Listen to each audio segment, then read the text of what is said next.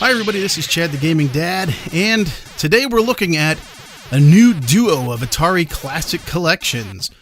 We have Atari Flashback Classics Volume 1 and 2.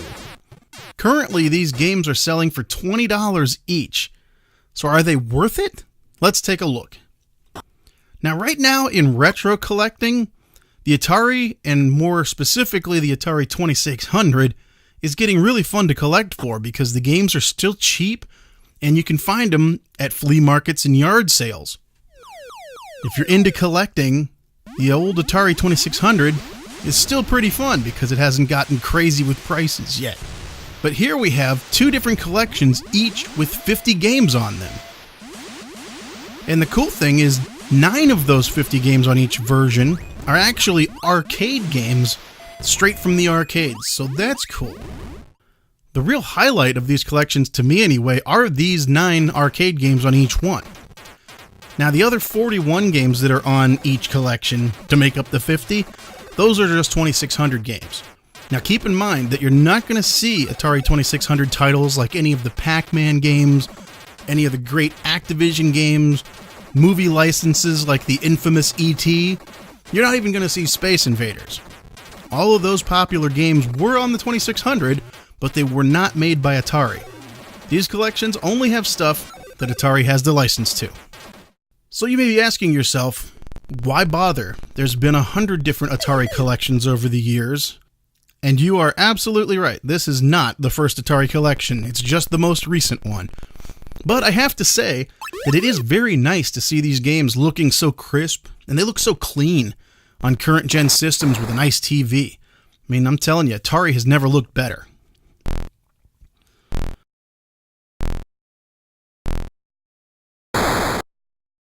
Also, there's some cool features on the PS4 where you can use the touchpad as the controller. Some of the games don't really need it, but games like Centipede and some of the games that normally would be played with a paddle benefit from being able to use the touchpad. If you like the games that need a paddle, you might not like this collection because it is near impossible and very frustrating to play any of these paddle games with the D-pad or the analog stick. And the touchpad, it's a little bit better. Not a lot, though. The other thing, the real benefit of getting this particular collection, is that they have online multiplayer. I was totally psyched to play some of the old school combat, with the tanks and the bouncy bullets, going around. I would love to play that against an opponent online. I mean, some of my best memories as a kid were when I was playing the 2600 with my cousins. Back in the day, that was so much fun to sit there and we'd play combat all day. Old Atari games have no AI. You can only play these two-player games with 2 players. So thinking about, oh yeah, I can play combat online finally with people, that was just so great. So when I got these games, I fired up the game, I immediately went online. Because first, that's what I wanted them for. That was the reason why I bought these things. I wanted to play them online against other people. So here we go. I go ahead and check online and, well, no one. You wait a little while longer. No one. Did nobody buy this game, or does no one know how to hit the button to go online? I mean, you have to hit the button to search what games are available online, or you can host one. There's no one on there. It sucks.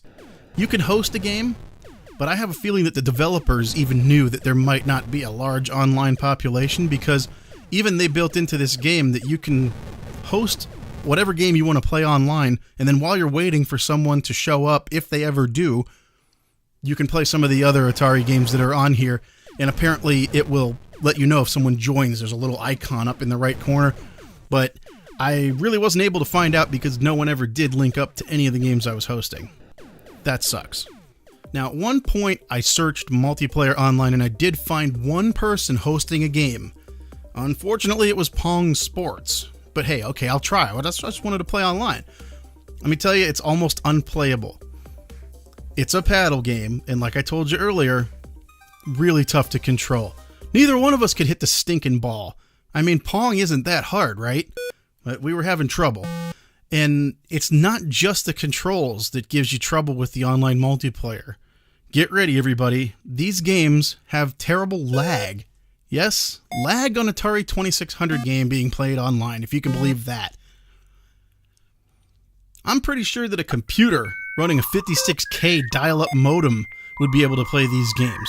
I just don't understand why the online multiplayer can be this bad. Now I know why no one's on there, because if they ever actually go on and get linked up with somebody, but no one would come back to play again, because once you see how laggy it is, it's practically unplayable for that too.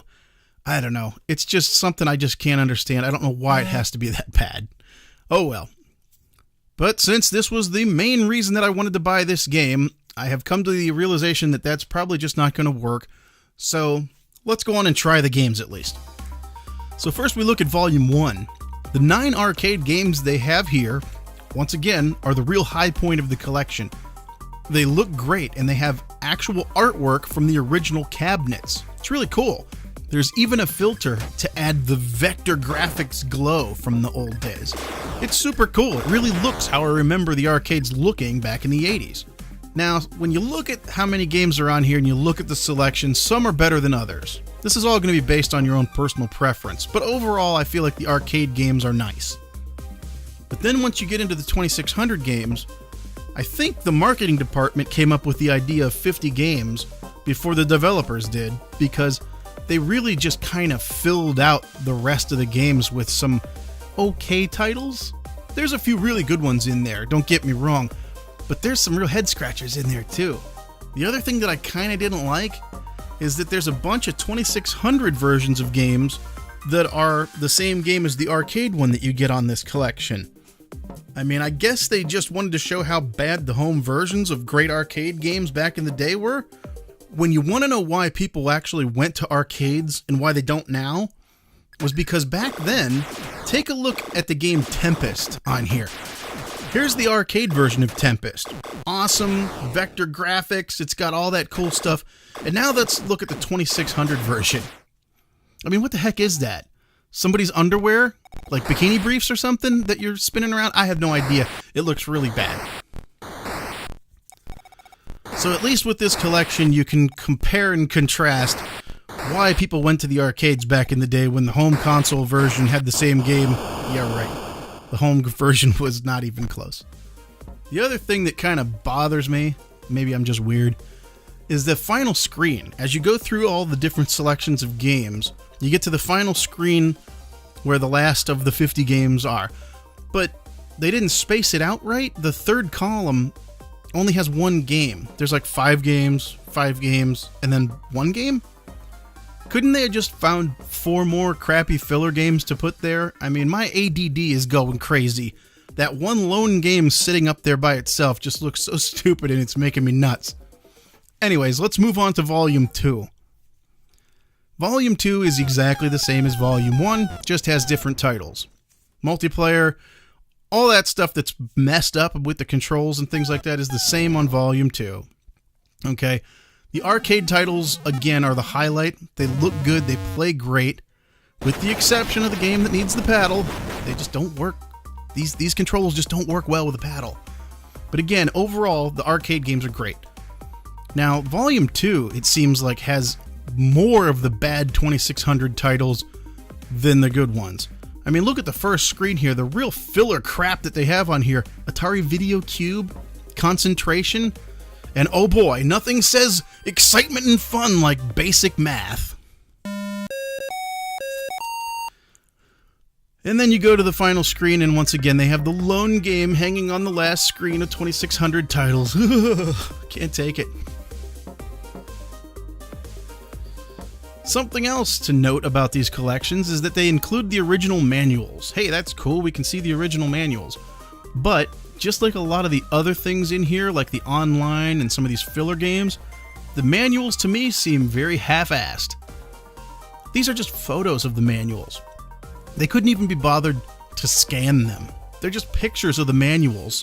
And these pictures aren't even high-res. There's not good resolution, because if you actually want to read this stuff, you kind of have to zoom it in and move it around.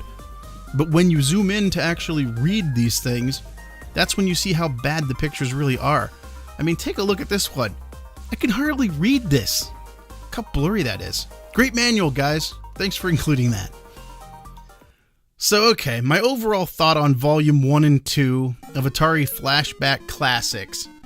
You know, it sounds like I've been pretty much down on this game the whole time because there's a lot of things that just aren't that great about it.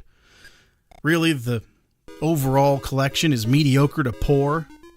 You know, the promise of online may as well just not even be there with as bad as they have implemented it here with the laggy connections and almost no players.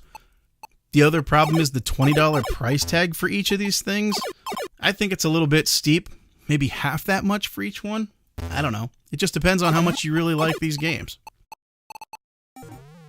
Now, I really do like the 18 arcade games that you get between these two volumes. They're really the best part of these collections. And honestly, some of these arcade games I don't even really remember from my childhood, but I tried them out, and man, they're really fun, and they're awesome. They look great, and they play great. But, again, at full price, I really can't recommend going out and buying these games. Wait for a sale or something. If you can get them cheap, just having these 18 arcade games are worth it. And that's pretty cool. And at least you can play all the 2600 games locally with friends, so that's good. And maybe even if you have a friend across town or somebody that also bought these, you could link up online and maybe the servers will be better. I don't know. I hope so. Maybe someday they'll fix it. I really have high hopes because that could really save this game if they can get the online multiplayer working, because that would be really cool to play some old Atari games without having to drag out the whole Atari and everything like that. It would be really cool. But like I said, it's just too bad that the online multiplayer really doesn't work, because that's what I was really looking forward to, and it really was just a huge letdown for me.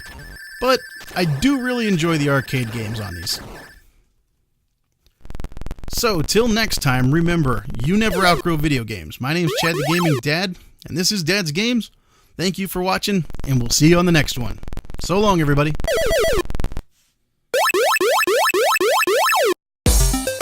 Thanks again for watching. If you liked that video, please press like and subscribe. I love hearing from you guys, so leave your comments and any suggestions down below. Remember, there's tons of other gamers out there just like you and me, and they also know that you never outgrow video games. Feel free to share these videos all over social media, Twitter, Facebook, or whatever you use. This channel is for all of us. Let's make sure they know that they are not alone. Thanks again for watching, and we'll see you on the next one.